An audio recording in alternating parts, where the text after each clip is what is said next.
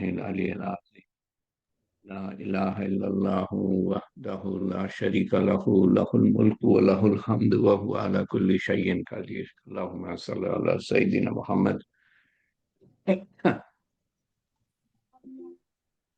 সালাম আলাইকুম ভাইয়া। ইসলাম, তবু কেমন আছো? আলহামদুলিল্লাহ ভালো আছি। নুরি আলম ইজ হিয়ার। আপনি ভালো আছেন ভাই? আলহামদুলিল্লাহ। আলহামদুলিল্লাহ, আশা করি তোমরা সবাই ভালো আছো। বাকি যারা আছেন, আল্লাহ তাআলা কবুল করেন। আলহামদুলিল্লাহ, সালাতু ওয়াসসালাম আলা রাসূলিল্লাহ সাল্লাল্লাহু আলাইহি সাল্লাম। সুবহানাল্লাহি ওয়ালহামদুলিল্লাহি ওয়ালা ইলাহা ইল্লাল্লাহু ওয়াল্লাহু আকবার ওয়ালা হাওলা ওয়ালা কুওয়াতা ইল্লা বিল্লাহিল আলিয়্যিল আযীম। লা ইলাহা ইল্লাল্লাহু ওয়াহদাহু লা শারীকা লাহু, লাহুল মুলকু ওয়া লাহুল হামদু ওয়া হুয়া আলা কুল্লি শাইইন কাদির। লা ইলাহা ইল্লাল্লাহু ওয়াহদাহু লা শারীকা লাহু আহাদান সামাদান লাম ইয়ালিদ ওয়া লাম ইউলাদ ওয়া লাম ইয়াকুল লাহু কুফুয়ান আহাদ।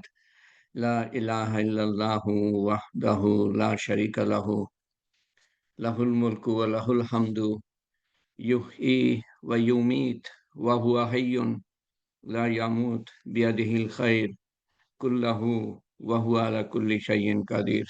আল্লাহুম্মা সাল্লি আলা সাইয়্যিদিনা মুহাম্মদ। আলহামদুলিল্লাহ, আল্লাহ তাআলার সমস্ত প্রশংসা। আল্লাহ তাআলা আমাদেরকে মানুষ হিসাবে সৃষ্টি করেছেন, জন্তু জানোয়ার হিসাবে না। এবং আল্লাহ তাআলা আমাদেরকে মুসলমান হিসাবে সৃষ্টি করেছেন। এবং শুধু মুসলমান না, আল্লাহ তাআলা আমাদেরকে রাসূলুল্লাহ সাল্লাল্লাহু আলাইহি সাল্লামের উম্মত করে পাঠিয়েছেন। সমস্ত নবীর সমস্ত উম্মত সবাই মুসলমান। নবীরাও মুসলমান, উম্মতরাও মুসলমান। আমাদেরকে শ্রেষ্ঠ নবীর উম্মত করে পাঠিয়েছেন এবং আখ্যায়িত করেছেন, তোমরাই শ্রেষ্ঠ জাতি, মানব জাতির থেকে নির্বাচিত। কেন শ্রেষ্ঠ? তারপরেই তিনি বলছেন, তোমরা মানুষকে ভালোর দিকে ডাকবা, খারাপ থেকে ফেরাবা, আল্লাহর উপর ঈমান আনবা। তোমরা কলেমা, নামাজ, রোজা, হজ, যাকাত করবা বলে শ্রেষ্ঠ না, মানুষকে ভালোর দিকে ডাকবা, খারাপ থেকে ফেরাবা। এই জিনিসটা, এই এই বিরাট একটা দিক ইসলামের, মুসলমানের, রাসূলুল্লাহ সাল্লাল্লাহু আলাইহি ওয়াসাল্লামের উম্মতের, যেটা উম্মত বুঝলো না। আমি তো নামাজ পড়ি, অর্থাৎ আমি ইসলাম পালন করি। শুধু নামাজের উপর ভিত্তি করে মানুষ বলে দেয় আমি তো নামাজ পড়ি, যখন তাকে ডাকা হয় ইসলামের দিকে, তালিমের দিকে, আমি তো নামাজ পড়ি। কত ভুল ভ্রান্তির মধ্যে, ধোঁকার মধ্যে, অন্ধকারের মধ্যে, আইয়ামে জাহিলিয়াত, অন্ধকার যুগে আমরা বাস করি। এই এই তথাকথিত আলোর যুগে আমরা অন্ধকারের মধ্যে, আল্লাহর আল্লাহর দিক দিয়ে, আল্লাহর নবীর দিক দিয়ে, আখেরাতের দিক দিয়ে, আখেরাতের প্রস্তুতির দিক দিয়ে কত পিছনে আমরা পড়ে আছি। তো সমস্ত কিছু ঠিক হবে যদি আমরা নামাজটা ঠিক করতে পারি। সমস্ত আমল, এমনকি দাওয়াতের মেহনতেও আমি প্রবেশ করব। কারণ যখন আমি বুঝতে পারবো যে আল্লাহ তাআলা নামাজ পড়তে বলেন নাই, নামাজ কায়েম করতে বলেছেন, অর্থাৎ দাওয়াত দাও, নামাজের দাওয়াত দাও। দ্বীনের দাওয়াত তো আছেই, কিন্তু নামাজের বেলাও নামাজ পড়তে বলেন নাই, নামাজ কায়েম করতে বলেছেন। আকিমুস সালাহ কতবার কোরআন শরীফে আসছে। প্রত্যেকবারই আল্লাহ তাআলা বলছেন যে তুমি একা নামাজ পড়বে না, যাদের উপর তোমার প্রভাব আছে, যাদের কাছে তুমি পৌঁছাতে পারবা, তাদের সহ নামাজ কায়েম করো, প্রতিষ্ঠিত করো। দাওয়াত ছাড়া প্রতিষ্ঠিত করতে পারবেন না। তো সুন্দর নামাজ, নামাজ কিভাবে আমরা সুন্দর করতে পারি? বিউটিফাইং সম্বন্ধে আজকে দশম হালকা। তো গতবার যা বলেছিলাম সংক্ষেপে আমি সেটা ৫ মিনিটে সারার চেষ্টা করব। নামাজ আল্লাহর সাথে কথা বলার মাধ্যম। এটা যেন মনে রাখি, আমি আল্লাহর সাথে কথা বলছি, তিনি শোনেন, তিনি মনোযোগ সহকারে শোনেন। এটা একতরফা না, তিনি উত্তরও দেন। আচ্ছা, তারপরে নিয়ত শুদ্ধ করার ব্যাপার আছে। এখানে ২ টো দিক আছে। এক হলো যে কেবলমাত্র আল্লাহর ওয়াস্তে আমি নামাজ পড়ছি। কেবলমাত্র। কঠিন শাস্তি না হলে। যদি অন্য কোনো নিয়ত হয়ে থাকে, মানুষকে দেখানো, কঠিন শাস্তি। এই একটা দিক নিয়তের। আর দ্বিতীয়ত হলো যে আমি কোন নামাজটা পড়ছি, সেটা আমার মনে থাকতে হবে। আমি মুখে উচ্চারণ করি আর মনে মনে রাখি, দুটোই হবে, কিন্তু সেটা থাকতে হবে।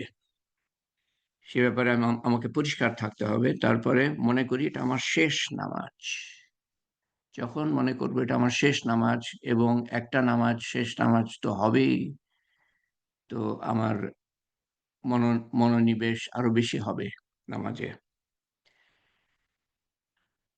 আর তাড়াহুড়া যাতে না হয় সেজন্য এটা মনে করতে পারি যে এক অবস্থানে ফেরেশতারা লক্ষ লক্ষ বছর ধরে আছেন।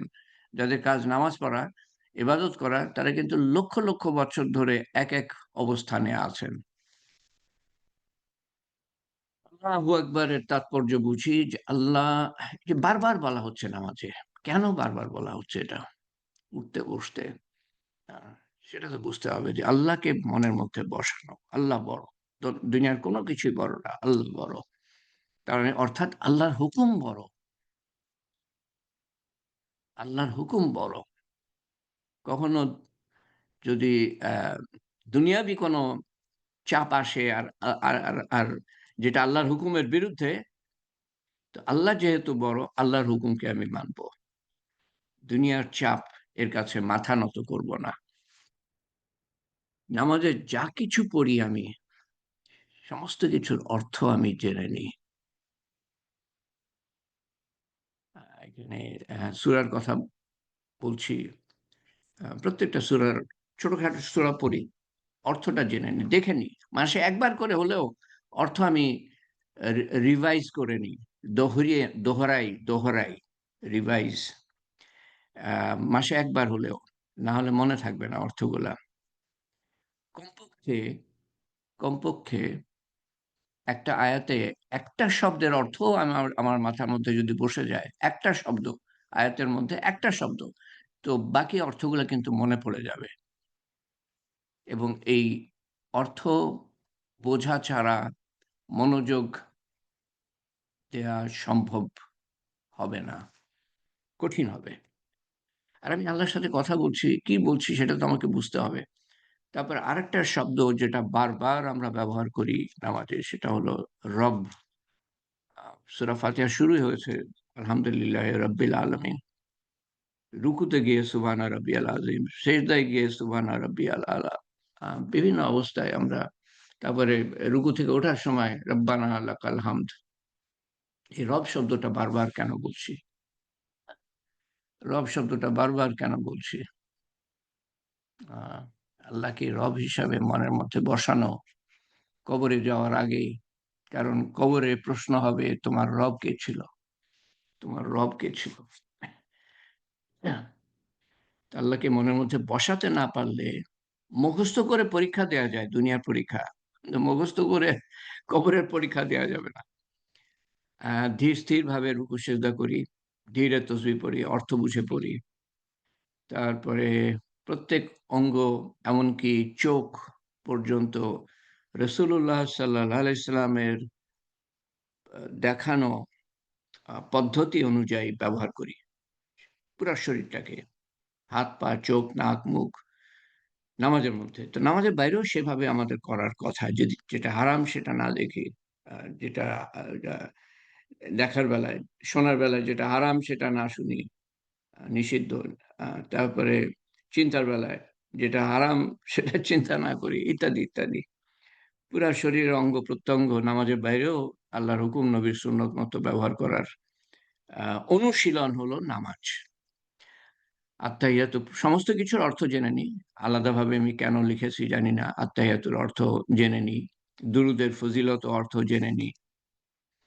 নামাজে কোনো সমস্যা সম্পর্কে চিন্তা জাগলে নিজেকে বলা যে, যেই সমস্যা আমাকে বিচলিত করছে, আমি যদি আল্লাহর উপরে ছেড়ে দিই, আল্লাহর মধ্যে মনোনিবেশ করি, তো তাহলে এই সমস্যার সমাধান হয়ে যাবে।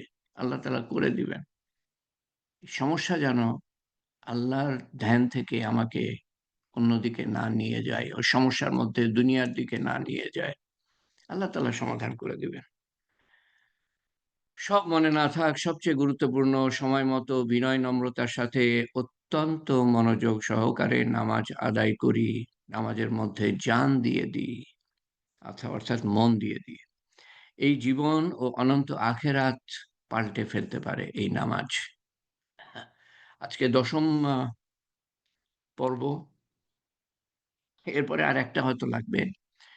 আমরা আলোচনা করেছি এই পর্যন্ত ১ম থেকে নিয়ে ৯ নম্বর পর্যন্ত হালকায় নামাজের গুরুত্ব সম্বন্ধে আলোচনা, আল্লাহর ইবাদত কেন করব, ফরজ নামাজ কত রাকাত, কোরআন শরীফের নামাজের বৈশিষ্ট্য, কোরআন শরীফ থেকে নেয়া নামাজের বৈশিষ্ট্য সম্বন্ধে কিছু আয়াত, হাদিসের থেকে নেয়া কিছু হাদিস নামাজের বৈশিষ্ট্য সম্বন্ধে।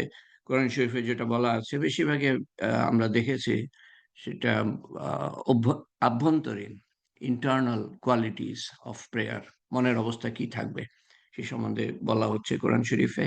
হাদিসে বেশিরভাগই বাহ্যিক দিকটা সম্বন্ধে বলা হচ্ছে। এবং তারপরে কিছু হাদিস, ২ টো হাদিস এখানে, ৪টে সবচেয়ে বড় বাধা, শয়তানের ধোঁকা, নফসের তাড়না, আ মানুষের কুমন্ত্রণা, দুনিয়ার আকর্ষণ, এগুলো আমাদের সব ইবাদতেই বাধা দেয়। নামাজের উপর আরো হাদিস, ফজিলত, লাভের উপরে আরো কিছু হাদিস, কিয়ামতের দিন ১ম হিসাব হবে নামাজ, এটাও একটা হাদিস। নামাজ কায়েম করার কথা বলা হয়েছে, নামাজ পড়ার কথা না। ৫ স্তরের নামাজি আ সম্বন্ধে আলোচনা করেছি এবং ৪ নম্বরের নিচে যেন আমরা না যাই। আল্লাহর মর্যাদা উপলব্ধি করা হলো নামাজের সবচেয়ে প্রধান দিক। আমি আল্লাহর সামনে দাঁড়িয়ে, কার সামনে দাঁড়িয়ে সেটা যদি আমি বুঝতে পারি, তার সম্বন্ধে যদি ধ্যান ধারণা থাকে, তাহলে মন এদিক ওদিক যাওয়ার কথা না। এবং এখান থেকেই শুরু আসলে, যে নামাজ কিভাবে সুন্দরীকরণ করব, কিভাবে নামাজ সুন্দর করব। এ সম্বন্ধে বেশ কয়েকটা হালকা আমরা আলোচনা করেছি গতবারও, আজকেও তাই। আজকে আমরা শেষের দিকে যাব। নামাজের গুরুত্বপূর্ণ গুণাবলী, সেই সাথে আজকে যেটা বাড়তি কথা হবে সেটা হলো নামাজের গুরুত্বপূর্ণ গুণাবলী। নামাজ আমাদের কিভাবে উপকৃত করতে পারে। একটা আয়াতের তফসির নামাজ সম্বন্ধে, তাহলে বুঝতে পারবেন যে আমাদের নামাজ কিরকম হচ্ছে না হচ্ছে, এটা বুঝতে পারবেন। এই একটা আয়াত থেকে বুঝতে পারবেন যে আল্লাহ তাআলা কি চাচ্ছেন নামাজের মধ্যে। নামাজ সম্পর্কে রাসূলুল্লাহ সাল্লাল্লাহু আলাইহি ওয়াসাল্লামের আরো কথা। এটা হলো আজকে এই শেষের দিকের কতগুলা হলো আজকের। কিভাবে নামাজ সুন্দর করব? কন্টিনিউয়েশন আগের থেকে। নামাজ সুন্দর করব, নামাজ সুন্দর রূপ ধারণ করে দোয়া করবে। হ্যাঁ, এটা সম্বন্ধে হাদিস বলেছে। সুন্দর নামাজ সুন্দর রূপ ধারণ করে আমাদের জন্য আ দোয়া করবে যে, "তুমি যেমন আমাকে হেফাজত করলা, রক্ষা করলা, আল্লাহ তাআলা তোমাকে রক্ষা করে না।" নামাজ যদি সুন্দর না হয়, মনোযোগ না থাকে, সময় মতো না পড়ি, তো সেই নামাজ বিশ্রী রূপ ধারণ করে পুরানো কাপড়ের মতো সেটাকে অ্যা ইয়ে করে, মানে ইয়ে করে জটলার মতো করে ছুঁড়ে ফেলা হবে নামাজের দিকে, এবং অ্যা মানে ছাদ ভেদ করে উপরে উঠবেন এবং সেই নামাজ বদদোয়া দিবে যে, "তুমি যেমন আমাকে ধ্বংস করলা, আল্লাহ তাআলা তোমাকে ধ্বংস করুক।" যারা রান্না করেন বা অফিসে কাজ করেন বা যেকোনো কাজ করেন না কেন, কত মন দিয়ে সুন্দরভাবে করেন, তাই না? যাতে মানুষ দেখে, বা অফিসে কাজ হলে বস দেখে ভালো বলে, বা যারা ছাত্র পড়ান, ছাত্ররা ভালো বলে। এখানে আমাদের ইয়ে আছে, প্রফেসর আ তপু। তো এই মানে মানুষের প্রশংসা কুড়ানোর একটা সহজাত প্রবৃত্তি আছে আমাদের। আ নামাজ আল্লাহর জন্য। ভালো হলে তিনি ভালো বলবেন। সেটাই সত্যিকারের মূল্যবান ও অনন্ত পাওয়া। তো দুনিয়ার কাজ আমরা ভালো মতো করি। তো আল্লাহর জন্য যেটা করছি সেটা কেন আমি ভালো মতো সর্বোত্তমভাবে করব না? জান প্রাণ দিয়ে করব না? যাতে করে আল্লাহ তাআলা ভালো বলেন। আমার নামাজ গ্রহণযোগ্য হচ্ছে বুঝবো যখন নামাজে শান্তি পাই এবং গুনার কাজ থেকে দূরে রাখে। নামাজের মাধ্যমে আল্লাহ তাআলার আ কুরব, কুরব মানে হলো আ সান্নিধ্য, নৈকট্য, নৈকট্য পাওয়া। আল্লাহ হলো শান্তিদাতা। আল্লাহ তাআলা হলেন শান্তিদাতা। তার নৈকট্য পেলে তো শান্তি পাওয়ার কথা আমার। আমি নামাজ পড়ছি কিন্তু আমি শান্তি পাচ্ছি না। তো নামাজ হচ্ছে না। আপনার নামাজ হচ্ছে কিনা আপনি বুঝতে পারবেন ২ ৩টে দিক থেকে। এক হলো যে আপনি শান্তি পাচ্ছেন কিনা। ২য় হলো যে আপনি গুনাহ থেকে দূরে সরে আসছেন কিনা ধীরে, ধীরে ধাপে, ধাপে। ইন্নাস সালাতা তানহা আনিল ফাহশাই ওয়াল মুনকার। কোরআন শরীফ আল্লাহ তাআলা বলছেন, নিশ্চয়ই নামাজ বেহায়াপনা ও গুনার কাজ থেকে দূরে রাখে। নিশ্চয়ই শব্দটা খেয়াল করেন। সমস্ত গুনাহ থেকে দূরে সরিয়ে আনবে আস্তে, আস্তে। তো যদি সেটা না হয় তার মানে আমার নামাজ হচ্ছে না। যদি শান্তি না পাই তার মানে আমার নামাজ হচ্ছে না। সাহাবী নামাজ এরকম শুনেছিলাম আলেমের কাছে, কোন এক আলেমের কাছে যে এক সাহাবী নামাজ পড়ে আবার চুরিও করে। তো রাসূলুল্লাহ সাল্লাল্লাহু আলাইহি সাল্লামকে বলা হলো, উনি বললেন যে, নামাজ যদি সে ঠিকমতো পড়ে তো তার আ সেই নামাজ তাকে চুরি থেকে সরিয়ে আনবে আস্তে, আস্তে। নামাজ গ্রহণযোগ্য হচ্ছে আ এই ৩য় আ দিক থেকে আপনি বুঝতে পারেন আপনার নামাজ হচ্ছে কিনা। নামাজ যদি আমার ২ রাকাত নামাজ দুনিয়ার ২ রাকাত নামাজ যদি দুনিয়ার সমস্যা দূর করতে না পারে, সেই নামাজ আমার আখিরাতের সমস্যা কিভাবে দূর করবে? আরো বড়, বড় সমস্যা কিভাবে দূর করবে? তো নামাজ গ্রহণযোগ্য হচ্ছে যখন ২ রাকাত নামাজ আমার দুনিয়ার সমস্যার সমাধান করাতে পারে আল্লাহর কাছ থেকে। কোন সমস্যা এনি প্রবলেম যেকোনো সমস্যা আমি সুন্দর করে অজু করে জানামাজ বিছিয়ে সুন্দরভাবে নামাজ পড়ে আল্লাহর কাছে দোয়া করে আমার সমস্যার সমাধান করিয়ে নিব। নামাজ আল্লাহ তাআলা যে পাঠিয়েছেন আমাদের জন্য একটা অস্ত্রস্বরূপ। দুনিয়ার বিভিন্ন বিপদ-আপদ এর মধ্যে আর আপদ-আপদের বিরুদ্ধে অস্ত্রস্বরূপ। মানুষকে আল্লাহ তাআলা আ নিরুপায় করে পাঠান নাই, হেল্পলেস করে পাঠান নাই, অসহায় করে পাঠান নাই। আল্লাহ সহায়। ২ রাকাত নামাজ সুন্দরভাবে আল্লাহর কাছে দোয়া, সমাধান হয়ে যাওয়া উচিত। সাহাবী এক সমস্যার সমাধান হচ্ছে না। তো নামাজ পড়লেন। তারপরে দেখেন যে সমাধান হচ্ছে না। উনি বুঝলেন যে না আমার নামাজ ঠিকমতো হচ্ছে না। আবার নামাজ পড়লেন। তারপরে দেখেন যে সমস্যার সমাধান হচ্ছে না। উনি বুঝলেন যে আমার নামাজ ঠিকমতো হয় নাই। আবার নামাজ পড়লেন ৩য় বার সমাধান হয়ে গেছে। দুনিয়ায় সমস্যার সমাধান না হলে আখিরাতের অনেক বড়, বড় সমস্যার সমাধান হবে কি করে? এই জিনিসটা বুঝতে হবে। দুনিয়াতেই নামাজ আমার কাজে আসছে না, তো আখিরাতে কিভাবে কাজে আসবে? কবরে কঠিন সমস্যা। হাসরে আরো কঠিন। পুলসিরাত পাড়ি দেওয়া আরো কঠিন। নামাজের মধ্যে ১৭ রাকাত হলো ফরজ নামাজ, হ্যাঁ? আর ৩ রাকাত হলো ওয়াজেব নামাজ, ফরজের কাছাকাছি। তো ২০ রাকাত ধরেন, যেটা আমাকে পড়তেই হবে। সুন্নত আমি যদি নাও পড়ি। ২০ রাকাত তো পড়তেই হবে। তো ২০ রাকাতে আমি ২০ বার ইহদিনাস সিরাতাল মুস্তাকিম বলি। অ্যা আমাকে সহজ সরল সরল পথ হেদায়েত করো, সোজা কথা। সহজ সরল পথ দেখাও। হেদায়েত করো। ২০ বার বলছি দিনের মধ্যে। তারপরে আমি হেদায়েত প্রাপ্ত হচ্ছি না। তার মানে কি? নামাজ হচ্ছে না। ২০ বার যদি বলার পরে আমি হেদায়েত না পাই তো আমার নামাজ হচ্ছে না তো। আমার কাছে নামাজ কতটা গুরুত্বপূর্ণ তা প্রকাশ পায় আমি নামাজ প্রতিষ্ঠা করার জন্য কতটা সচেষ্ট। আকিমুস সালাহ। তো আমি সে ব্যাপারে সচেষ্ট কিনা যে আমি নিজে নামাজ পড়বো সুন্দরভাবে আ সময় মতো। প্রত্যেকটা এতদিন কত কিছু আলাপ করলাম আমরা। আজকে ১০ম হালকা। কত কিছু নামাজের কত দিক আছে। সুন্দর করার জন্য কত মেহনত আছে। কত ধরনের কতভাবে সজাগ থাকতে হয়। তো তো নিজে নামাজ সুন্দরভাবে আদায় করব এবং যাদের উপর আমার প্রভাব আছে তাদেরকে সহ, যদি আমি সেটা না করি তার মানে নামাজের গুরুত্ব নাই আমার মনের মধ্যে। আমি নামাজ পড়ছি, আমার পরিবার-পরিজন পড়ছে না বা আমার সন্তান পড়ছে না এবং আমার কোনো টনক নড়ছে না, টনক নড়ছে না। আমি বিচলিত না এই ব্যাপারে। তার মানে আমি বিশ্বাস করি না যে নামাজ না পড়লে আমার ধ্বংস অনিবার্য। আমি বিশ্বাসই করি না তাহলে। না হলে আমার সন্তান সরকারের বিরুদ্ধে যদি সে কিছু করতে যায়, তা আমি তাকে বাধা দিই যে, "না, সরকার পাকড়াও করবে। তারপর তো শাস্তি দিবে, জেলের মধ্যে ঢুকাবে, গুম করবে, খুন করবে।" আমি তাকে বাধা দিই। তো আল্লাহ তাআলার হুকুম সে অমান্য করছে। আর আমার টনক নড়ছে না। আমার মধ্যে কোনো প্রচেষ্টা নাই তাকে সৎ পথে আনার জন্য, আল্লাহর হুকুমের উপরে খাড়া করার জন্য। আমি বিশ্বাসই করি না তার মানে। আমি নিজে habitually অভ্যাসবশত নামাজ পড়ে যাচ্ছি। কিন্তু উৎকণ্ঠা নাই, কনসার্ন শুধু পরিবার-পরিজনের জন্য না, আমার আত্মীয়স্বজনের জন্য, আমার বন্ধু-বান্ধবের জন্য আমার আমার উৎকণ্ঠা থাকতে হবে।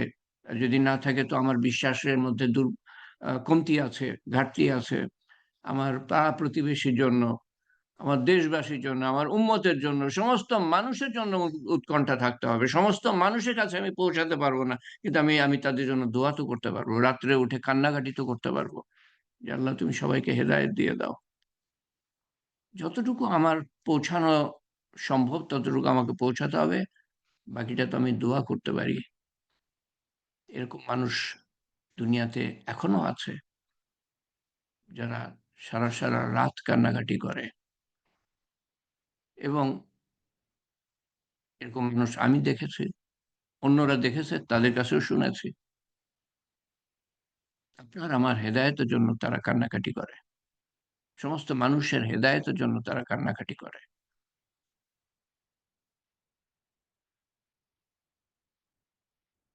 নামাজের দাওয়াত দিই ও দোয়া করি যে আল্লাহ তাআলা আমাদেরকে এমন নামাজ আদায় করার ও ইবাদত করার তৌফিক দান করেন যা তাকে সন্তুষ্ট করে। চাইতে হবে, চেয়ে নিতে হবে আল্লাহর কাছে তৌফিক। আর আমার যতটুকু করণীয় সেটা করতে হবে।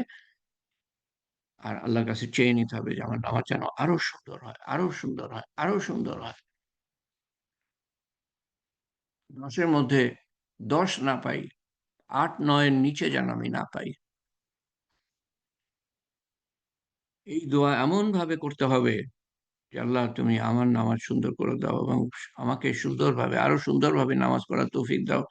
সমস্ত উম্মতে মুহাম্মাদীকে সাল্লাল্লাহু আলাইহি সাল্লাম সুন্দরভাবে নামাজ প্রতিষ্ঠা করার তৌফিক দান করো। এমনভাবে এই দোয়া করতে হবে যেন আমার জীবন এর উপর নির্ভর করে। কবর অবশ্যই এটার উপর নির্ভর করে। হাসর, পুলসিরাত, আ দাঁড়িপাল্লার সময় যে অবস্থা, দাঁড়িপাল্লা যখন বসানো হবে, তারপরে পুলসিরাত, দোজখ পাড়ি দেওয়া, সমস্ত কিছু নির্ভর করে। আমি গুনাহ থেকে দূরে আসলাম কিনা, বেহায়াপনা থেকে দূরে আসলাম কিনা, আমি আল্লাহর হুকুমের উপরে আসলাম কিনা। এই নামাজ যদি সুন্দর হয়, আস্তে সব ঠিক হয়ে যাবে।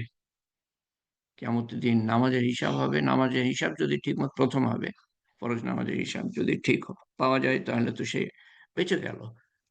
আর আল্লাহ তাআলা ধরে নিবেন যে তার বাকি আমলও ঠিকমতো পাওয়া যাবে। নামাজ ঠিকমতো পাওয়া যাবে, বাকি আমলও ঠিকমতো পাওয়া যাবে। বাকি আমল কোন রকমে চোখ বুলিয়ে তাকে ছেড়ে দেওয়া হবে। আর যদি নামাজ ঠিকমতো পাওয়া না যায়, তো দেখো তার আছে কিনা, আ সুন্নত নফল নামাজ আছে কিনা, তা দিয়ে পুরা হয় কিনা। পুরা হয়ে গেলে তো পার হয়ে গেল। আর যদি তা না হয় তার হিসাব শুরু হবে এবং রাসূলুল্লাহ সাল্লাল্লাহু আলাইহি সাল্লাম বলেছেন, যার হিসাব শুরু হবে সে ধ্বংস হয়ে গেল। হিসাব দিতে পারবে না। নামাজের ৩ টে দিক এতদিন তো আলাপ করলাম তার মধ্যে চলে এসছে আসলে।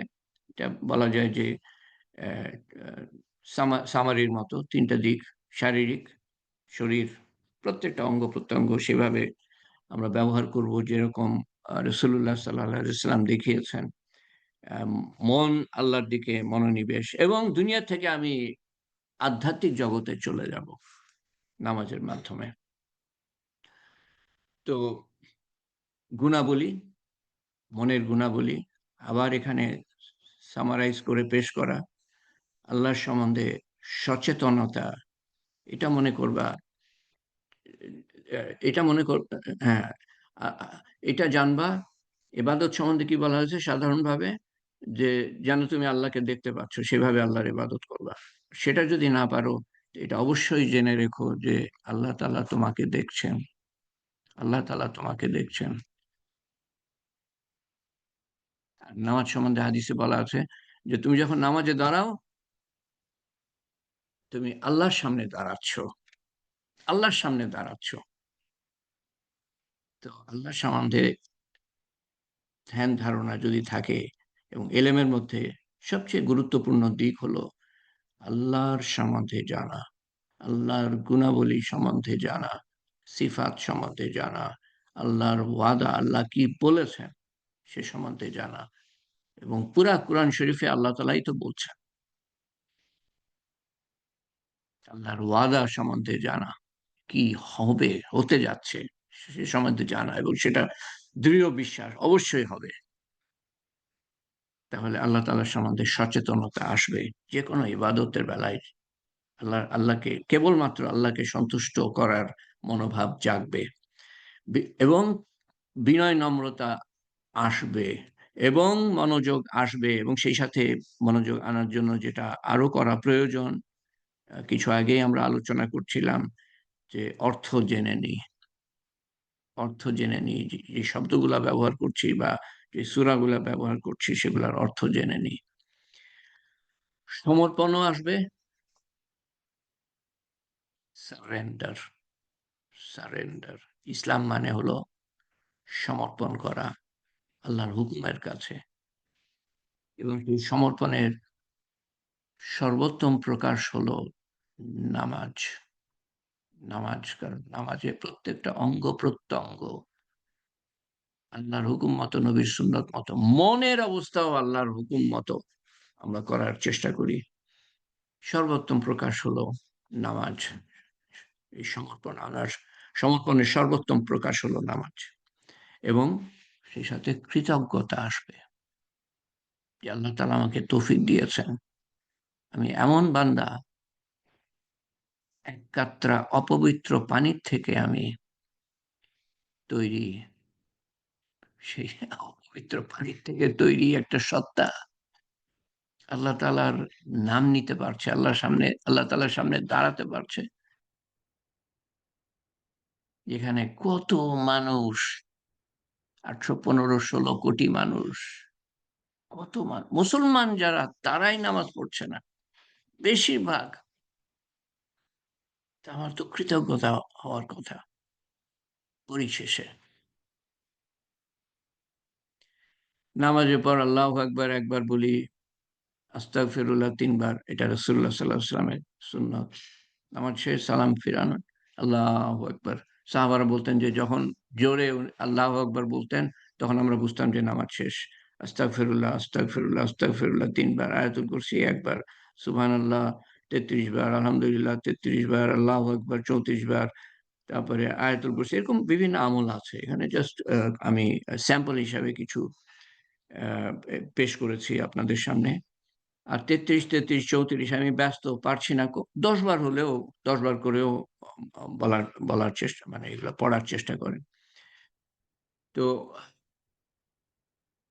এখানেই বলতে গেলে আ এই নামাজ নামাজ সুন্দর করার আ আ প্রেজেন্টেশন এখানেই বলতে গেলে শেষ। তো এখানে আমি ২ টো স্লাইডে আনার চেষ্টা করেছি নামাজের গুরুত্বপূর্ণ কিছু গুণাবলী। যে নামাজের মধ্যে আমাদেরকে ডিভাউটলি ওবিডিয়েন্ট, আরবির ইংরেজি তর্জমা থেকে আমি নিয়েছি শব্দ দুটো।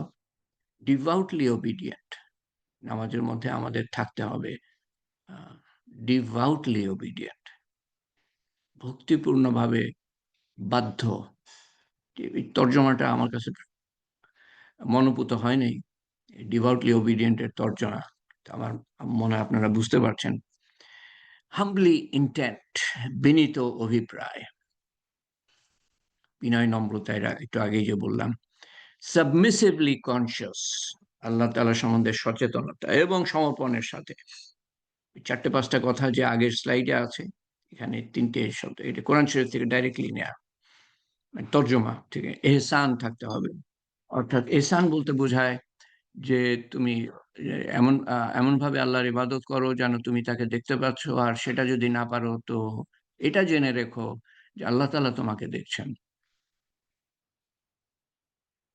সাবমিসিভলি কনসিয়াস, আনুগত্যের সাথে সচেতন।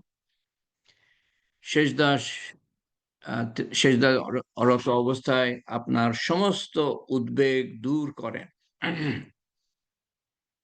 এবং আপনার সমস্ত উত্তেজনা মুক্ত করেন। অর্থাৎ এখানে আমি যেটা বলতে চাচ্ছি সেটা হলো যে যে আমাদের ২৪ ঘন্টা জীবন যাপন করতে গিয়ে বিভিন্ন ধরনের ঝঞ্ঝাট ঝামেলা, ছোটাছুটি, রিজিকের তাড়না জন্য বা অন্যান্য সমস্যার কারণে, তো এই সমস্ত টেনশন, স্ট্রেস, স্ট্রেইন,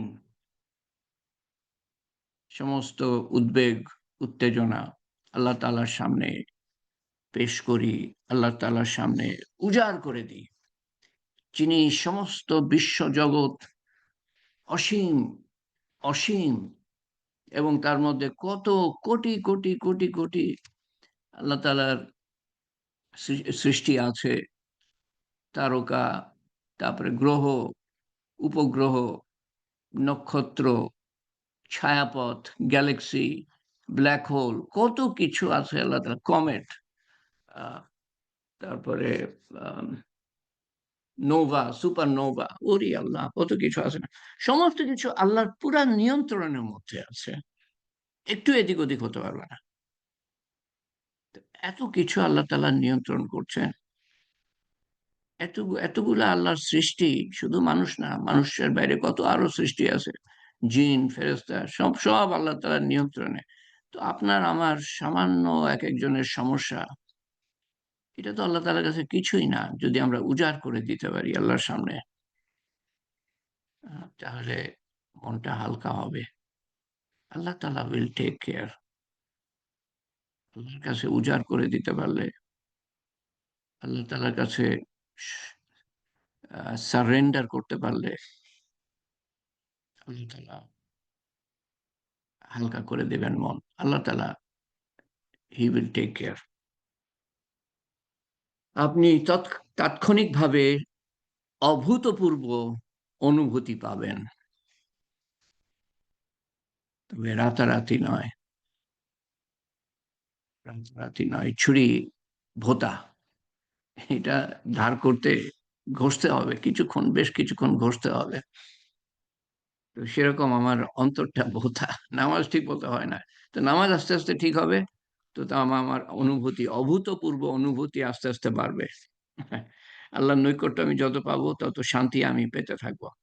আল্লাহর সর্বাধিক নৈকট্য কুরব বলে সেজদার মধ্যে।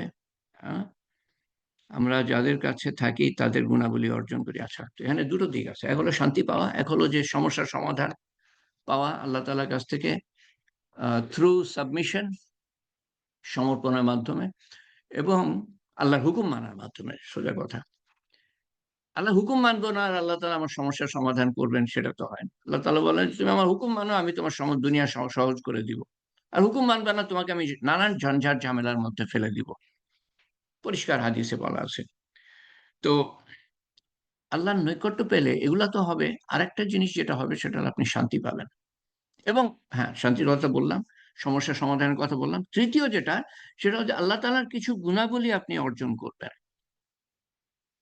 আল্লাহ তাআলার কিছু গুণাবলী, যেমন ক্ষমাশীলতা আল্লাহ তাআলার একটা গুণাবলী। কম্প্যাশন আল্লাহ তাআলার গুণাবলী। আ মার্সি আল্লাহ তাআলার গুণাবলী। আ আ যেমন সহনশীলতা আল্লাহ তাআলার গুণাবলী, পেশেন্স, সবর। আ এই গুণাবলীগুলা অর্জন করা। যে গুণাবলীগুলা রাসূলুল্লাহ সাল্লাল্লাহু আলাইহি ওয়াসাল্লামের ছিল। কারণ উনি আল্লাহ তাআলার নৈকট্য অর্জন করেছিলেন। আল্লাহ তাআলার নৈকট্য অর্জন করলে যার যার যার সাথে উঠা বসা করব তাদের গুণাবলী আমরা অর্জন করে থাকি সাধারণত। তো আল্লাহ তাআলার নৈকট্য লাভ করব, আল্লাহ তাআলার কিছু গুণাবলী, হুসনে আখলাক, যেটা রাসূলুল্লাহ সাল্লাল্লাহু আলাইহি ওয়াসাল্লাম অর্জন করেছেন, আমরাও অর্জন করব। এটা আরেকটা লাভ। খুশু মানে হলো কণ্ঠস্বর, চোখ, হৃদয়ের মাধ্যমে বিনয় এবং আত্মসমর্পণ প্রদর্শন করা। আভ্যন্তরীণ দিক, আ খুশু আরবি শব্দ একটা। নামাজের মধ্যে খুশু থাকতে হবে। খুযু, খুযু, দ দিয়ে আমি লিখেছি, আসলে দ দিয়ে হয় না উচ্চারণটা, খুযু। শ্রদ্ধা বলতে বোঝায় আপনার শরীরের মাধ্যমে বিনয় প্রদর্শন করা এবং নীরবে ভিক্ষা করা, আল্লাহর কাছে ভিক্ষা চাওয়া। অর্থাৎ আপনার অঙ্গ প্রত্যঙ্গ দিয়ে ভিক্ষা চাওয়া। খুশু অভ্যন্তরীণ, খুযু বাইরের গুণাবলী, এই দুটো থাকতে হবে। খুযু প্রশান্তি প্রকাশের জন্য ব্যবহৃত হয়, যা আসে উদ্বেগ মুক্ত করার ফল হিসাবে। আমার যে মনের বোঝাটা আল্লাহর সামনে আমি উজাড় করে দিচ্ছি, তার ফলে আমি প্রশান্তি পাবো। চাপ এবং উত্তেজনার মধ্যে জীবনকে বাসযোগ্য করে তোলে। And this is a way of making our life full of stress and strain, making our life worth living. না হলে দুনিয়াতে বাস করা কঠিন আল্লাহর সাহায্য ছাড়া।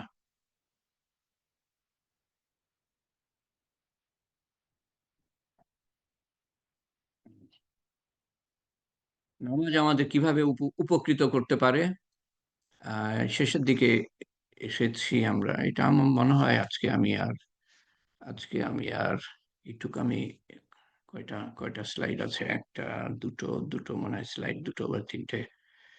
আজকে ২, হ্যাঁ, আজকে থাক। এইখান থেকে সামনের বার নামাজ আমাদের কিভাবে উপকৃত করতে পারে? এবার এখন কিন্তু সামারাইজিং, যা কিছু আলাপ করেছি, সামারাইজিং। তো আল্লাহ তাআলা আমাদের তৌফিক দেন সামনের বার কমপ্লিট করার জন্য। আম এবং তারপরে আমি চিন্তা করছি যে এরপরে আমরা কিসে যাবো? খুব সম্ভব আমি যা চিন্তা করছি আপাতত, যে আম শিরক সম্বন্ধে আমাদের কয়েকদিন আগে আমি পোস্ট করেছিলাম। বড় শিরক, ছোট শিরক, ওগুলা দেখে থাকবেন আপনারা। হুম। আ তো ওটার সম্বন্ধে একটু আলোচনা মনে হয় করার দরকার। আমি প্রত্যেকবারই আল্লাহর দিকে আমি রুজু হওয়ার চেষ্টা করি যে, "আল্লাহ এরপরে কি করব?" তারপরে মনের মধ্যে একটা কিছু আসে দৃঢ়ভাবে। তখন আমার মনে হয় যে, "না, এটা করা উচিত।" মনে হয় আমার কাছে যে আল্লাহ তাআলার তরফ থেকে এটা ইশারা। আল্লাহ তাআলা তৌফিক দেন।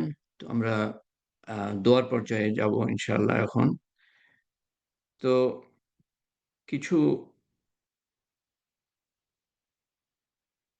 আমাদের আ আমার জানা মতে কিছু আম ভাইয়ের বা বোনের আম অসুখ-বিসুখের কারণে তাদের উল্লেখ করব আমি, এবং এর বাইরে যারা আছেন আল্লাহ তাআলা তাদের দেখভাল করেন, আল্লাহই জানেন। কাদের, কাদের কি সমস্যা, কার কি প্রয়োজন, শারীরিক, মানসিক, রুহানি। তো এর মধ্যে আছে আমির হোসেন। আমির হোসেন প্রায় সময় থেকে থাকে। যতক্ষণ পর্যন্ত তার শরীরে শক্তি থাকে সে থেকে থাকে।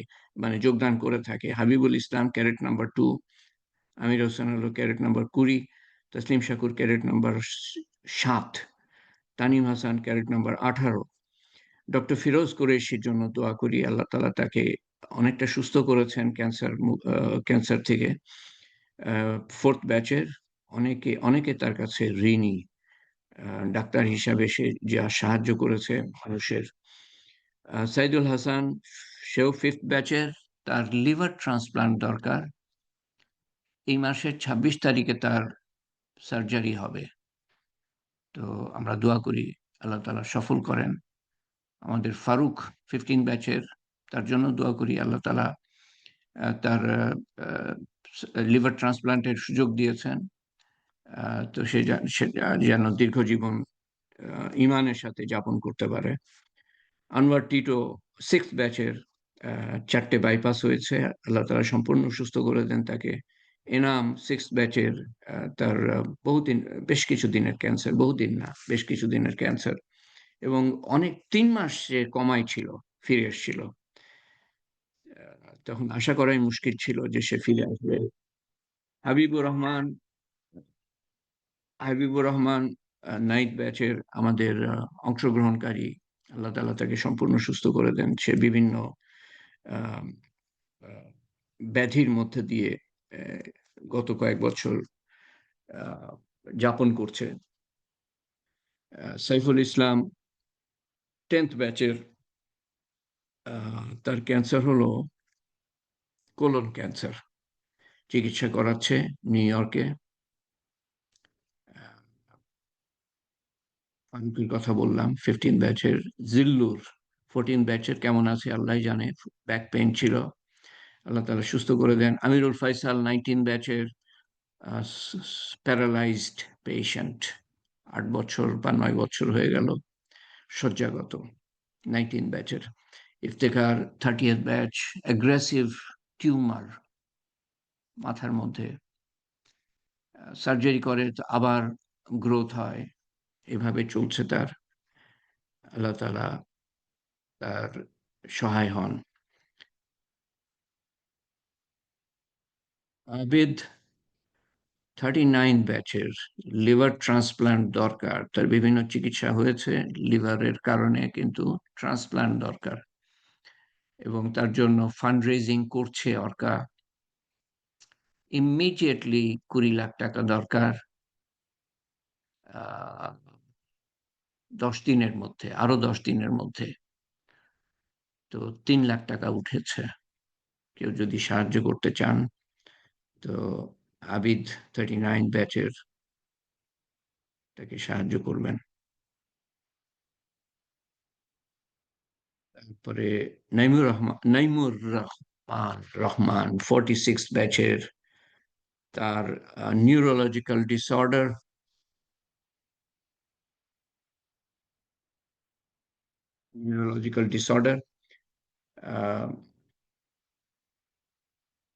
10-11 বছর আগে পাশ করে কলেজ থেকে এখন পর্যন্ত আন্ডার গ্রাজুয়েট শেষ করতে পারে নাই, আল্লাহ তাআলা তার জন্য সহজ করে দেন।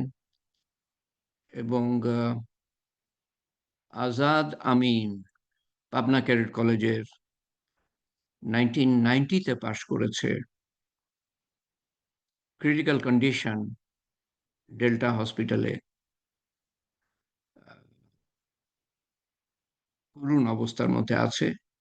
আমরা দোয়া করি আল্লাহ তাআলা সুস্থ করে দেন তাকে। এবং আমাদের আরো যারা আছেন, যেমন আবিরের পিতা আছেন, সাইফের শ্বশুর আছেন, যিনি অনেকদিন ধরে ক্যান্সারে ভুগছেন। আবিরের পিতা, ওনার বিভিন্ন সমস্যা, তার মধ্যে একটা হলো যে ডায়ালিসিস করাতে হচ্ছে ওনাকে। আল্লাহ তাআলা ওনাকে সম্পূর্ণ দেখভাল করেন এবং সুস্থ রাখেন। আবির একটা মেসেজ দিয়েছে, আবির 28 ব্যাচের, যে তার চাচা, ও আল্লাহ, recently diagnosed with cancer, last stage, according to Australian doctors, while he was visiting his daughter in Australia. We are all in the family still trying to process this news. আল্লাহ তাআলা সহজ করেন, সহায় হন, সদয় হন। সবার জন্য দোয়া করছি, সহায় হন, সাহায্য করেন, সুস্থ করেন, সবল করেন, এবং আত্মীয় স্বজনদেরকে শক্তি দান করেন, ধৈর্য দান করেন। আল্লাহ তাআলা, আবির লিখছে আরো, মে আল্লাহ তাআলা forgive all our sins, give us the hidayat, so we all can prepare and well prepare ourselves for our final destination. আমিন। এবং আমরা দোয়া করি নেক্সট জেনারেশন অর্কার। আহ, ওই দিন শুনলাম জিয়া খন্দকার 6th ব্যাচের কল করেছিল। আমি জানতাম, কিন্তু ঠিক মাথার মধ্যে বসে নাই কথাটা। বহুত আগে জানতাম, ভুলে গিয়েছিলাম আসলে, যে তার এক ছেলে ডিসেবলড, আমরা ডিফারেন্টলি এবলড বলি। তো তার জন্য দোয়া করি। তার নামটা আমি ভুলে গেলাম। আমি জিজ্ঞেস করলাম, "তোমার ছেলের নাম কি? আমরা দোয়া করব।" নামটা ভুলে গেলাম। সালের জন্য দোয়া করি। 11 ব্যাচের রাজুর সন্তান। ফৌজানের জন্য দোয়া করি। 12 ব্যাচের সুজার সন্তান। 12 ব্যাচের মুজাফফরের সন্তানের জন্য দোয়া করি একই পর্যায়ে। 27 ব্যাচের হানিফের সন্তানের জন্য দোয়া করি। আফনানের জন্য দোয়া করি, ওমরের সন্তান। 45th ব্যাচ এর ওমরের সন্তান লিউকোমিয়া। তার সন্তানের বয়স হলো বছরখানিক লিউকোমিয়া। অনেকদিন ধরে চিকিৎসা করতে হবে। তো এরকম আরো আছেন। আমি তো সবার কথা জানি না। আল্লাহ তাআলা আল্লাহ তাআলা জানেন, এবং সেটাই যথেষ্ট। আমি বলি আর না বলি, আল্লাহ তাআলা জানেন, এটাই যথেষ্ট। আল্লাহুম্মা সাল্লি আলা সাইয়্যিদিনা মুহাম্মদ। ও রুহুল বলছে, আমাদের নিয়মিত অংশগ্রহণকারী ভাই, আসসালামু আলাইকুম। My father died on Monday, please pray for him. এটা কেমন করে খবর পেলাম? ইন্না লিল্লাহি ওয়া ইন্না ইলাইহি রাজিউন। আউযু বিল্লাহি মিনাশ শাইতানির রাজিম। বিসমিল্লাহির রহমানির রহিম। সবাই পড়বেন। আলহামদুলিল্লাহি রাব্বিল আলামিন আর রহমানির রহিম মালিকি ইয়াউমিদ্দিন ইয়াকা না'বুদু ওয়া ইয়াকা নাস্তাঈন ইহদিনাস সিরাতাল মুস্তাকিম সিরাতাল লাযিনা আন'আমতা আলাইহিম গায়রিল মাগদুবি আলাইহিম ওয়ালাদ-দাল্লিন। আমিন। সূরা ইখলাস ৩ বার পড়বেন। বিসমিল্লাহির রহমানির রহিম। কুল হুয়াল্লাহু আহাদ, আল্লাহুস সামাদ, লাম ইয়ালিদ ওয়া লাম ইউলাদ ওয়া লাম ইয়াকুল লাহু কুফুয়ান আহাদ। বিসমিল্লাহির রহমানির রহিম। কুল হুয়াল্লাহু আহাদ, আল্লাহুস সামাদ, লাম ইয়ালিদ ওয়া লাম ইউলাদ ওয়া লাম ইয়াকুল লাহু কুফুয়ান আহাদ। বিসমিল্লাহির রহমানির রহিম। কুল হুয়াল্লাহু আহাদ, আল্লাহুস সামাদ, লাম ইয়ালিদ ওয়া লাম ইউলাদ ওয়া লাম ইয়াকুল লাহু কুফুয়ান আহাদ। আল্লাহুম্মা সাল্লি আলা সাইয়্যিদিনা মুহাম্মদ। জাযাল্লাহু আন্না মুহাম্মাদান সাল্লাল্লাহু আলাইহি ওয়াসাল্লাম ওয়া আহলুহু। সুবহান রাব্বিয়াল আলিয়্যিল আ'লাল ওয়াহ্হাব। সুবহানাল্লাহি ওয়া বিহামদিহি।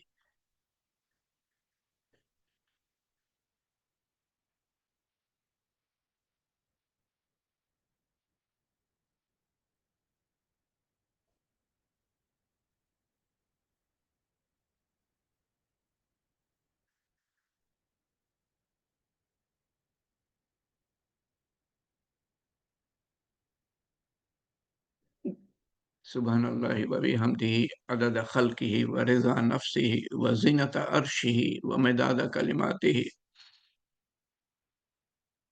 লা ইলাহা ইল্লাল্লাহুল হালিমুল কারীম। সুবহানাল্লাহি রাব্বিল আরশিল আযীম ওয়ালহামদুলিল্লাহি রাব্বিল আলামিন।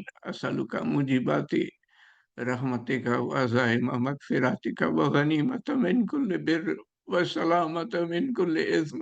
লা তাদা লানা ذنبا إلا غفرته ولا هما إلا فرجته ولا مريضا إلا شفيته ولا دينا إلا قضيته ولا مجاهدا إلا نصرته ولا مظلوما إلا نصرته ولا مسلما إلا رحمته ولا حاجة هي لك رضا إلا قضيتها يا أرحم الراحمين يا أرحم الراحمين يا أرحم الراحمين يا ذو الجلال والإكرام. ألف لام ميم. لا إله إلا هو الحي القيوم. لا إله إلا أنت سبحانك إنا كنا من الظالمين. وإلهكم إله واحد لا إله إلا هو الرحمن الرحيم. يا فاطر السماوات والأرض أنت ولي في الدنيا والآخرة. يا حي يا قيوم برحمتك نستغيث.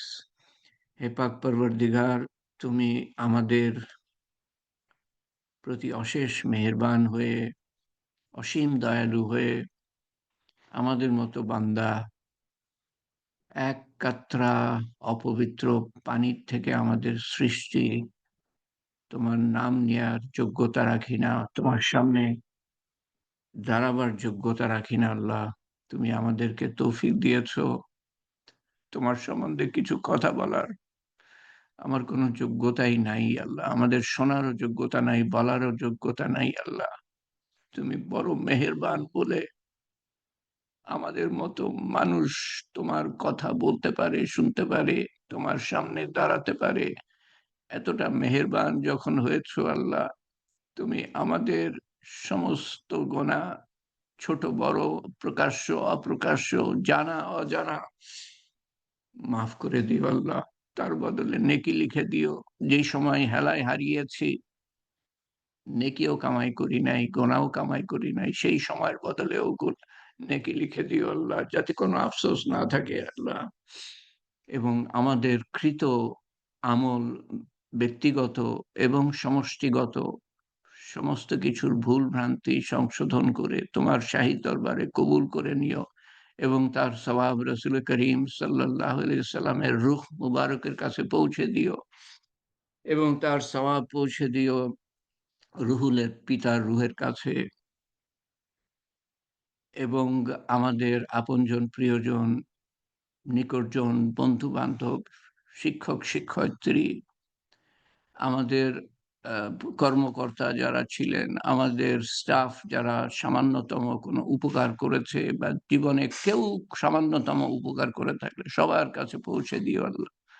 আমাদের কৃত আমলের সওয়াব, এবং তুমি এমন মেহেরবান যে তুমি সবার কাছে পৌঁছে দিবা, সেই আশা, সমস্ত মুসলমানের কাছে পৌঁছে দিবা, সেই আশা আমরা পোষণ করি আল্লাহ। সবাই আমাদের থেকে লাভবান হবে, সেই আশা আমরা পোষণ করি আল্লাহ। রুহুলের পিতা এবং আমাদের আপনজন, নিকটজন সবার কবরের আযাব মাফ করে দিও, কবরকে প্রশস্ত করে দিও, কবরকে নূর দিয়ে পরিপূর্ণ করে দিও, কবরকে জান্নাতুল ফেরদৌসের বাগান বানিয়ে দিও আল্লাহ। এবং আখিরাতের প্রত্যেকটা ঘাটে, কিয়ামতের ময়দান, কঠিন দিন, দাঁড়িপাল্লা বসানো হবে, কঠিন সময়, পুলসিরাত পাড়ি পাড়ি দিতে হবে, কঠিন সময়, কঠিন থেকে কঠিনতম সময় তুমি আমাদের জন্য সহজ করে দিও আল্লাহ। দোজখ পাড়ি দিতে হবে আল্লাহ, এটা কিভাবে করব? তুমি তুমি তুমি ছাড়া আমাদের কোনো গতি নাই। তুমি সর্বশক্তিমান, আমরা কিছুই না। তুমি তুমি মহা ক্ষমাকারী, আমরা গুনাহগার। তুমি বাদশাহ, আমরা ফকির। তোমার কাছে ছাড়া কার কাছে চাইবো? কার ক্ষমতা আছে আমাদের আমাদের সমস্যার সমাধান করবে দুনিয়া ও আখেরাতের? হে পাক পরওয়ারদিগার, একমাত্র তোমাকেই, তোমারই ইবাদত করার তৌফিক দান করো। পুরা বিশুদ্ধ নিয়ত সহকারে প্রত্যেকটা আমল সুন্দর করার তৌফিক দান করো। তোমাকে জানার, তোমার হুকুম জানার এবং মানার তৌফিক দান করো। তোমার হাবিব সাল্লাল্লাহু আলাইহি সাল্লামের সুন্নত অনুযায়ী, এবং প্রত্যেকটা আমল যেন আগের আমলের থেকে আমরা সুন্দর করতে করতে করতে করতে পুরা দিনে প্রবেশ করে তারপরে কবরে যেতে পারি তোমার সন্তুষ্টি অর্জন করার পরে। তার আগে আমাদেরকে নিও না আল্লাহ। তোমার সন্তুষ্টি অর্জন করার পরে নিও আল্লাহ। উত্তম দিনে, উত্তম ক্ষণে, উত্তম স্থান হতে কলেমা সহ শয়তানের শেষ চেষ্টা ব্যর্থ করে দিয়ে আল্লাহ, তোমার তোমার তোমার সন্তুষ্টি অর্জন করার পরে, এবং সেই নিমিত্তে আমাদেরকে সদা সর্বদা সিরাতুল মুস্তাকিমের উপরে রেখো। এক মুহূর্ত যেন বিচ্যুত না হই সেই পথ থেকে। তোমার রহমত ও মাগফিরাত ও হেফাজত ও হেদায়েতের চাদরে আবৃত করে রেখো। তোমার রহমতের ছায়ায় একটুখানি ঠাঁই দিও, খালি ঠাঁই দিও আল্লাহ, যাতে করে আমাদের সমস্ত শত্রু এবং তোমার পরীক্ষা এর মধ্যেও আমরা সিরাতুল মুস্তাকিমের উপরে কায়েম থাকতে পারি। পরবর্তীকার আমাদেরকে এমন বিপদ দিও না যা আমরা সহ্য করতে পারবো না, এমন আকস্মিক মৃত্যু দিও না যে কলেমাই পড়তে পারলাম না। আমাদের মনের নেক চাওয়া পুরা করে দিও, যা পৃথিবীর জন্য মঙ্গলজনক হবে। আমাদের বিপদ আপদ দূর করে দিও। আমাদের বালা মুসিবত, অসুস্থতা দূর করে দিও। আমাদের সন্তান সন্ততির জন্য, আমাদের আত্মীয় স্বজনের জন্য, বন্ধু বান্ধবের জন্য, পাড়া প্রতিবেশীর জন্য, দেশবাসীর জন্য দোয়া। তোমার কাছে ফরিয়াদ। দেশবাসীর জন্য তোমার কাছে ফরিয়াদ। উম্মতের জন্য, উম্মতের কঠিন বিপদ, তোমার কাছে ফরিয়াদ।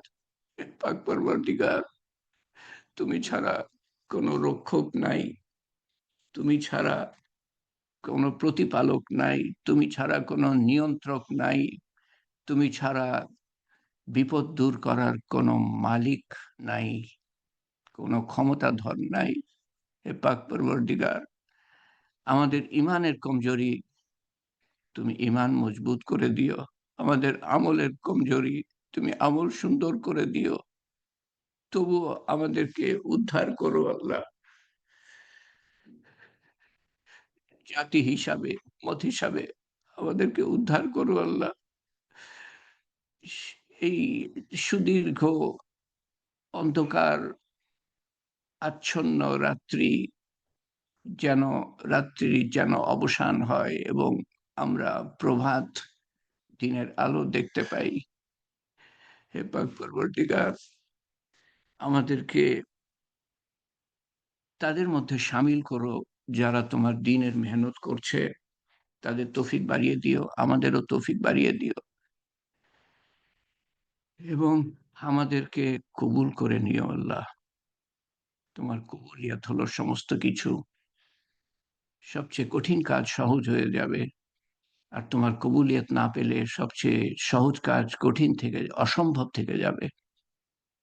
তোমার শান মতো চাওয়া হয় নাই, তোমার শান মতো তুমি দান করো আল্লাহ। এবং তোমার শান মতো হেফাজত চাওয়া হয় নাই, তোমার শান মতো তুমি হেফাজত করো। তোমার হাবিব সাল্লাল্লাহু আলাইহি সাল্লাম যা কিছু চেয়েছিলেন আমরাও তাই চাই। তিনি যা কিছুর থেকে পানা চেয়েছিলেন আমরাও তার থেকে পানা চাই। আল্লাহুম্মা আসআলুকা ঈমানান কামিলান, ইয়াকিনান সাদিকান, ইলমান নাফিআ, রিজকান ওয়াসিআ, আমালান সলিহা, হায়াতান তাইয়্যিবা, দুআ মুস্তাজাব, লিসানান যাকিরা, লিসানুন যাকিরা, ইলমান নাফিআ, রিজকান ওয়াসিআ, আমালান সলিহা, হায়াতান তাইয়্যিবা, দুআ মুস্তাজাব, লিসানুন যাকিরা, ইলমান, রিজকান হালালান তাইয়্যিবা, শিফাই মিন কুল্লি দাই, ইয়া কাযিল হাজাত, ইয়া রাফিয়াদ দারাজাত, ইয়া হালালাল মুশকিলাত, ইয়া মুজিবুদ দাওয়াত, বিরহমাতিকা নাস্তাগীস, ইয়া আউয়ালাল আউয়ালিন, ইয়া আখিরাল আখিরিন, ইয়া আকরামাল আকরামিন, ইয়া আরহামার রাহিমিন, ইয়া রাহিমাল মাসাকিন, ইয়া যিল কুওয়াতিল মাতিন। রব্বানা তাকাব্বাল মিন্না ইন্নাকা আনতাস সামিউল আলিম وتب علينا إنك أنت التواب الرحيم. سبحان ربك رب العزة عما يصفون وسلام على المرسلين والحمد لله رب العالمين. لا إله إلا الله محمد رسول الله. سبحان الله وبحمده، سبحانك اللهم وبحمدك أشهد أن لا إله إلا أنت أستغفرك وأتوب إليك. ইনশাআল্লাহ আমরা সামনের শনিবারে মিলিত হব, একে অপরকে স্মরণ করাই। আল্লাহ তাআলা আমাদের তৌফিক দিবেন।